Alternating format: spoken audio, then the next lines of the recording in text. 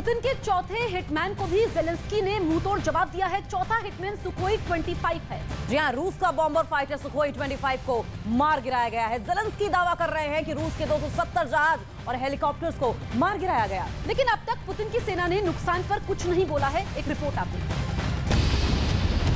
Putin के चौथे hitman Sukhoi 25 का वीडियो ज़ेलेंस्की पहले ही अपलोड कर चुके हैं। देखिए, जब पुतिन का फाइटर बहुत नीची उड़ान भर रहा था, पायलट को यकीन था कि उसका कुछ नहीं बिगड़ेगा। यूक्रेन के आसमान से ऐसी बहुत कम तस्वीरें आती हैं। ये है यूक्रेन का बॉम्बर फाइटर सुखोई 25। यूक्रेन की फॉर्मेशन को बहुत ज्यादा नुकसान पहुंचा चुके इस जहाज से अचानक ज़ेलेंस्की की एक मिसाइल टकराती है और इस फाइटर का मिशन ओवर हो जाता है।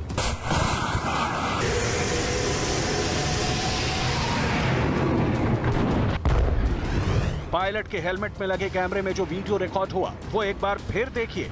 विमान पर मिसाइल लगने से लेकर पायलट के जमीन पर उतरने तक ये 10 सेकंड का वीडियो पुतिन के पास पहुंच चुका है। पहले विमान से मिसाइल टकराती है, विमान गिरने लगता है और फिर पायलट इजेक्ट कर जाता है।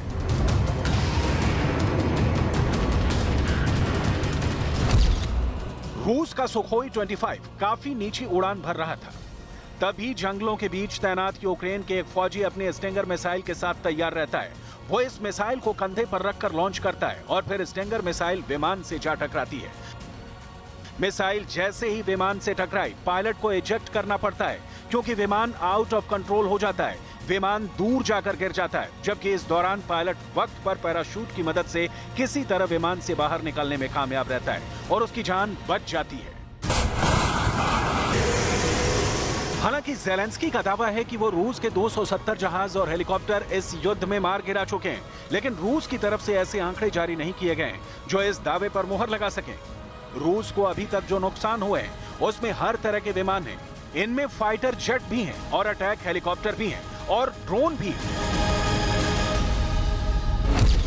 विमानों में सुखोई 24 से लेकर सुखोई 25 और सुखोई 27 भी हैं, जबकि आधुनिक जेट्स में सुखोई 30 से लेकर सुखोई 34 और सुखोई 35 विमान भी हैं। हेलीकॉप्टर में रूस ने अपने पुराने Mi-35 से लेकर नए और बहुत आधुनिक कमो 52 हेलीकॉप्टर्स का भी बहुत नुकसान उठाया है। К-59, 2 ударних вертольоти К-52 і черговий штурмовик Су-25.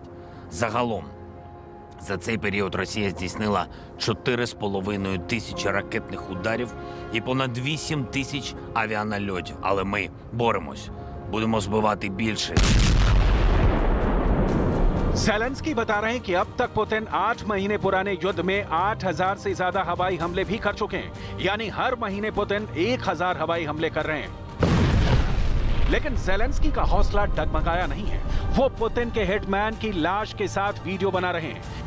ज़ेलेंस्की बताना चाहते हैं कि चाहे रूस ईरान से ड्रोन लाए या कहीं और से, पुतिन की फौज को यूक्रेन से भगा दिया जाएगा और ऐसा बहुत जल्द होगा। Армія світу буде все меншою. Втрати ворога стануть дедалі більшими.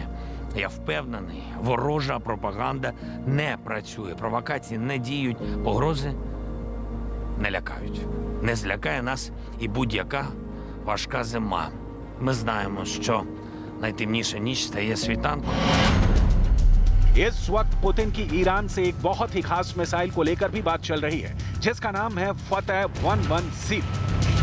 अगर शाहिद ड्रोन के बाद पुतिन इससे अपनी फौज को लैस करते हैं तो ज़ेलेंस्की की मुश्किलें बढ़ सकती हैं। ये मिसाइल 300 किलोमीटर के दायरे में बहुत ही सटीक हमला करती है। हालांकि ज़ेलेंस्की का दावा है कि रूस ने 8 महीने पुरानी जंग में 4,500 मिसाइल से हमले किए हैं। यानी हर महीने पुतिन ने 550 मिसाइल पुतिन पर दागी। इतने ज्यादा जख्मों के बावजूद ज़ेलेंस्की ने बैकफुट पर जाने से मना कर दिया है। वो पहले दिन की तरह आज पुतिन के रास्ते का सबसे बड़ा कांटा बने हुए हैं। ज़ेलेंस्की अक्सर इसी तरह वीडियो स्टेटमेंट जारी करते हैं। उनके तेवर में 8 महीनों के अंदर कोई बदलाव नहीं आया है। वो डॉनबास हार चुके हैं, लेकिन अब भी कई इलाकों में उनकी फौज लगातार रूस की पोजीशन पर बमबारी कर रही है। Торія стає вільною. Так завжди було в минулому, так точно буде в майбутньому. У майбутньому Херсону, Донбасу, Луганську, Криму. Бо завжди наша земля стає вільною. Спротив стає гордістю, боротьба стає перемогою, а Україна стає єдиною. आपको ज़ेलेंस्की की फौज की ऐसी पोजीशन पर लेकर चलते हैं जो रूस के लिए बहुत बड़ा कांटा बनी हुई है। ये है डॉनबास में डोनेट्स्क के पास बाखमत शहर। शहर के किनारे पर यूक्रेन की फौज अपनी मोर्टार पोजीशन संभाले हुए है। Оборона, лізуть, ми відбиваємо їх, обороняємо свої позиції. Тобто хоч щось зробити. Хоч якісь у них були такі масивні успіхи, показати зі своєї сторони, що вони щось можуть. Поки що їм не вдається. यूक्रेन ने यहाँ अपने हर गोले में रूस की फॉर्मेशन का नाम लिखा हुआ है। हालात बहुत गंभीर हैं। कभी भी इनकी पोस्ट को पुतिन की फौज रौंद सकती है, लेकिन ज़ेलेंस्की के तेवर देखकर इन्होंने भी खूंटा गाड़ लिया है। Буває по-разному. Так, щоб воно, буває і прориваються, буває. І ми стріляємо так просто, здержуємо, якщо вони десь щось копають. Так, щоб сказати, що і коли, і як.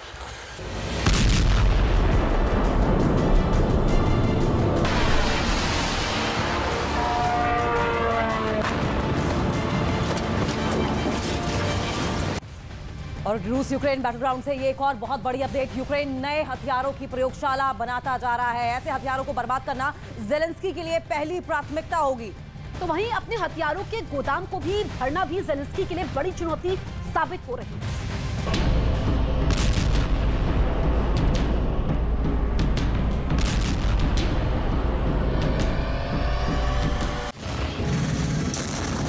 ज़ेलेंस्की की ये तमाम फौज पुतिन के विमानों से निपटने के लिए पूरी तरह से तैयार है। इनके पास मोर्टार वाले गोले भी हैं और इनके पास रूस के ऐसे हेलीकॉप्टर और बॉम्बर जो नीचे उड़ते हैं, उनको भी खत्म करने की पूरी तैयारी है। ज़ेलेंस्की के पास रूस को नुकसान पहुंचाने वाले बड़े हथियार के बारे में सुनिए, जिसे लेकर रूस के पायलट भी दहशत में हैं और वो यूक्रेन पर जब नीची उड़ान भरते हैं तो हमेशा उनको मारे जाने का खतरा सताता है।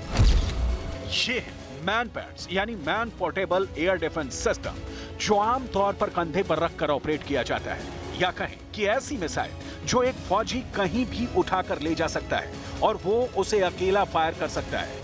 ये ऐसी मिसाइल होती है जो 5000 मीटर की रेंज तक दुश्मनों के विमानों, उनके हेलीकॉप्टर और ड्रोन को मार गिरा सकती है। ऐसे ही कुछ हमलों के वीडियो देखिए जिसमें रूस की फाइटर जेट और हेलीकॉप्टर अमेरिका से मिली स्टिंगर मिसाइल के टारगेट बने हैं। देखिए कैसे रूस का एक बॉम्बर जब यूक्रेन में काफी नीचे उड़ रहा था, तब उसे स्टिंगर मिसाइल से निशाना बनाया गया। देखिए एक और वीडियो जिसमें रूस का एक कमू हेलीकॉप्टर स्टिंगर मिसाइल का शिकार बन गया। यूक्रेन के पास इस वक्त करीब 1000 से ज्यादा स्टिंगर मिसाइल है जो उसे अमेरिका से मिली हैं। ज़ेलेंस्की के पास इस वक्त दो बड़े चैलेंज हैं।